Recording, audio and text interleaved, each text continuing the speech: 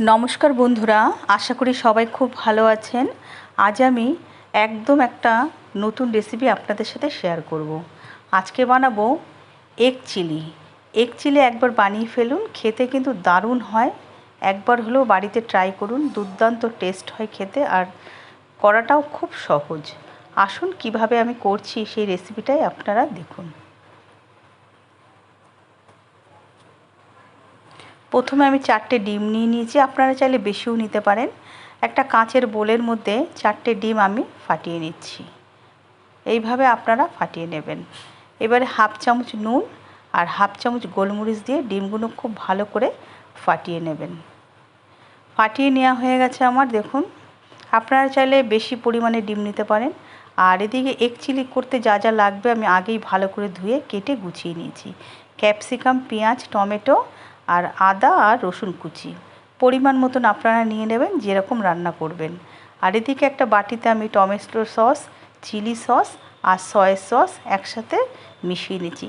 Soya সসটা একদম অল্প দেবেন, নাহলে কালো হয়ে যাবে। হয়ে গেছে আমার। আর এদিকে যে ডিমটা ফাটিয়েছি, একটা স্টিলের টিফিন বক্সে অল্প একটু সাদা তেল দিয়ে ডিমটা ওর মধ্যে দিয়ে দিতে হবে। সাদা তেল দেওয়ার মানে হচ্ছে যাতে ডিমটা তলায় না লাগে। হয়ে গেছে, এবার ঢাকনা দিয়ে গ্যাস ধরিয়ে নেব। গ্যাস ধরে একটা ফ্রাই প্যানে আমি জল দিয়ে দিচ্ছি আগেই।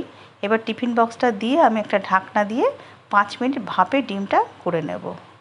হয়ে গেছে, আমি নামিয়ে নিলাম। ছুরি দিয়ে ডিমগুলো সুন্দর করে ছোট ছোট করে কেটে নিচ্ছি, চৌকো চৌকো করে। আপনারা এইভাবেও কাটতে পারেন বা অন্য শেপও দিতে পারেন। হয়ে গেছে।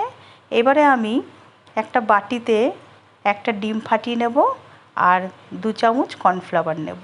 আপনাদের কাছে যদি কর্নফ্লাওয়ার না থাকে আপনারা অ্যারারুটও ব্যবহার করতে পারেন। এবারে খুব ভালো করে কর্নফ্লাওয়ারটা দিলে কী হবে, বেশ ফোলা ফোলা হবে আর দেখতেও সুন্দর হবে। এইভাবে টেক্সচারটা তৈরি করবেন, ঠিক এরকম হবে। ডিমের টুকরোগুলো ওর মধ্যে আমি চুবিয়ে ভাজবো বলে। এদিকে গ্যাস ধরে কড়াই বসিয়ে সাদা তেল পরিমাণ মতন দিয়ে খুব ভালো করে গরম করে কর্নফ্লাওয়ারের ডিমের টুকরোগুলো লাগিয়ে আমি সাদা তেলের মধ্যে দেখুন ভেজে নিচ্ছি। আপনারাও এইভাবে ভেজে নেবেন।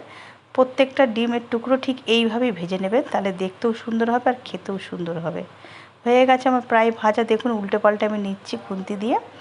এইভাবে ভাজা হয়ে গেলে প্রত্যেকটা ডিম তুলে নিতে হবে। আমি তুলে নিচ্ছি। পরপর এই তেলের মধ্যে সব ভেজে নিয়েছি। এবার ওই তেলের মধ্যেই আমি 1 চামচ আদার কুচি আর 1 চামচ রসুন কুচি, আপনারা চাইলে বেটেও দিতে পারেন, তবে আমি কুচিয়ে দিয়েছি। যেহেতু এটা এগ চিলি হবে, ডিম আদা রসুন কুচিয়ে দিলেই বেশ ভালো লাগে দেখতে। পেঁয়াজগুলো দিয়ে দিচ্ছি, একটু ভাজা করেছি 1 মিনিটের মতন করে। পরিমাণ মতো নুন আর হলুদটা খুব অল্প দেবেন, যেহেতু এটা চিলি হচ্ছে, এগ চিলি হচ্ছে, এর মধ্যে হলুদটা একটু কম দিলেই চলবে। আর এখানে দিচ্ছি আমি 1 চামচ লঙ্কার গুঁড়ো, তাহলে একটু ঝাল ঝাল হবে, কারণ চিলি সসে অত ঝাল থাকে না। এবার 2 মিনিট ভেজে নিচ্ছি আমি। ভেজে নিয়ে টমেটোটা আর ক্যাপসিকামটা দিয়ে দেবো। ক্যাপসিকাম আর টমেটো দিয়ে আরও 2-3 মিনিট খুব ভালো করে ভাজবো। ক্যাপসিকামের একটা কাঁচা গন্ধ থাকে আর টমেটোটাও একটু নরম হয়ে যাবে। টমেটো ক্যাপসিকাম দেওয়ার পরে দেখবেন একটু জল বেরোবে। জল বেরোলে কোনো অসুবিধা নেই, 2-4 মিনিট ভালো করে এইভাবে কষিয়ে নেবেন।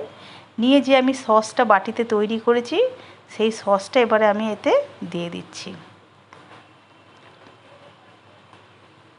পুরো সসটা দিয়ে দিচ্ছি। এবার সস বাটিতে অনেক লেগেছিল, বাটিতে বেশ খানিকটা জল নিয়ে আমি এতে দিয়ে দেবো। জলটা আর আপনাদের দেখানো হয়নি, ওটা আমি বলেই দিচ্ছি যে বাটিটা ধুয়ে একটু জল দিয়েছিলাম, সেটা আমি আর দেখাতে আমার খেয়াল নেই। যাই হোক, এইভাবে খুব ভালো করে কষিয়ে নিয়েছি। আর সসটা দেওয়ার পরেই দেখুন একটু জলও বেরিয়ে গেছে। এইভাবে 2-4 মিনিট খুব ভালো করে ফুটিয়ে নিতে হবে। নেওয়ার পরে আমি যে ডিমগুলো ভেজে রেখেছিলাম কর্নফ্লাওয়ার দিয়ে, এবারে সেই ডিমগুলো আমি ওতে সব দিয়ে দেবো।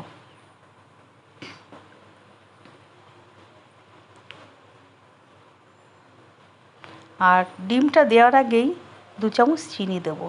চিনিটা দিলে কি হবে, তাহলে সসের সাথে ব্যালেন্সটা ঠিক থাকবে, একটু মিষ্টি মিষ্টি হবে, ঝাল ঝাল হবে, খেতে বেশ টেস্ট হবে। এইভাবে এগ চিলি তৈরি করুন, ভাত, রুটি, পরোটা, ফ্রাইড রাইসের সাথে দুর্দান্ত লাগবে।